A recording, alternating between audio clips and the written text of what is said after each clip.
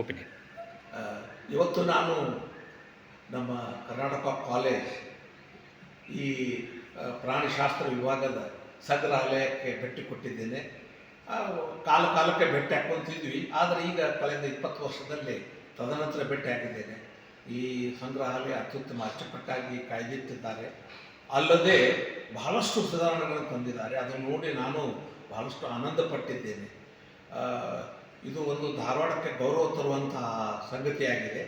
ಒಂದು science centre ಇದೆ, but ಇದು ಮ್ಯೂಸಿಯಂ ವಿವಿಧ ಪ್ರಾಣಿಗಳ, ವಿವಿಧ ಪಕ್ಷಿಗಳ, ಬೇರೆ ಬೇರೆ ದೇಶಗಳ ಏನು ಟ್ಯಾಕ್ಸಿಡರ್ಮಿ ಅದನ್ನು ಕಾಯ್ದಿಟ್ಟು ಪ್ರಯತ್ನ ಮಾಡಿದ್ದಾರೆ. ಇದು ಭಾಳ ಸಮಯೋಚಿತ ಇದೆ. ಮಕ್ಕಳಿಗೆ ಇದು ಭಾಳ ಶಿಕ್ಷಣ ಕೊಡುವಂಥದ್ದು ಸಂಗತಿ ಇದೆ.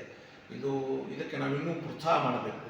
ಅದಕ್ಕಾಗಿ ನಾನು ಅವರ ಸಂಬಂಧಿಕರಿಗೆ ಸಂಬಂಧಿಸಿದ ಅಧಿಕಾರಿಗಳಿಗೆ ವಿನಂತಿಸಿದ್ದೇನೆಂದರೆ, ಈಗ ಹೇಗೆ ಮ್ಯೂಸಿಯಂದಲ್ಲಿ ಪ್ರಾಣಿಗಳು ಮತ್ತು ಹ್ಯೂಮನ್ ಸ್ಕೆಲೆಟನನ್ನು ಇಟ್ಟಿದೆ, ಅದೇ ರೀತಿ ಕರ್ನಾಟಕ ಮೆಡಿಕಲ್ ಕಾಲೇಜ್ ಅವರ ಸಹಯೋಗದಿಂದ ಹ್ಯೂಮನ್ ಆರ್ಗನ್ಸ್ ಇದನ್ನು ಸಹಿತ ತಾವು ಪ್ರಿಸರ್ವ್ ಮಾಡಿ ಮಕ್ಕಳಿಗೆ ಎಜುಕೇಟ್ ಮಾಡಬೇಕು. ಯಾಕಂದರೆ ಇತ್ತೀಚೆಗೆ ಶಿಕ್ಷಣದಲ್ಲಿ ಪ್ರಾಥಮಿಕ ಮತ್ತು ಹೈಸ್ಕೂಲ್ ಮಕ್ಕಳ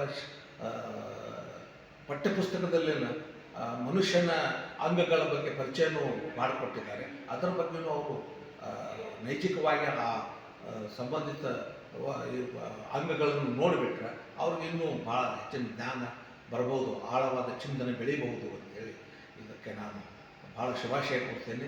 ಮತ್ತೆ ಭೇಟಿ ಆಗಬೇಕು, ನನ್ನ ಮಕ್ಕಳಿಗೆ ಮೊಮ್ಮಕ್ಕಳಿಗೆ ಕರ್ಕೊಂಡು ಬರ್ಬೇಕಂತ ಆಸೆ ಆಗಿದೆ. ತೊಗೊಂಬರ್ತೇನೆ, ಮತ್ತೆ ಭೇಟಿ ಆಗಬೇಕು.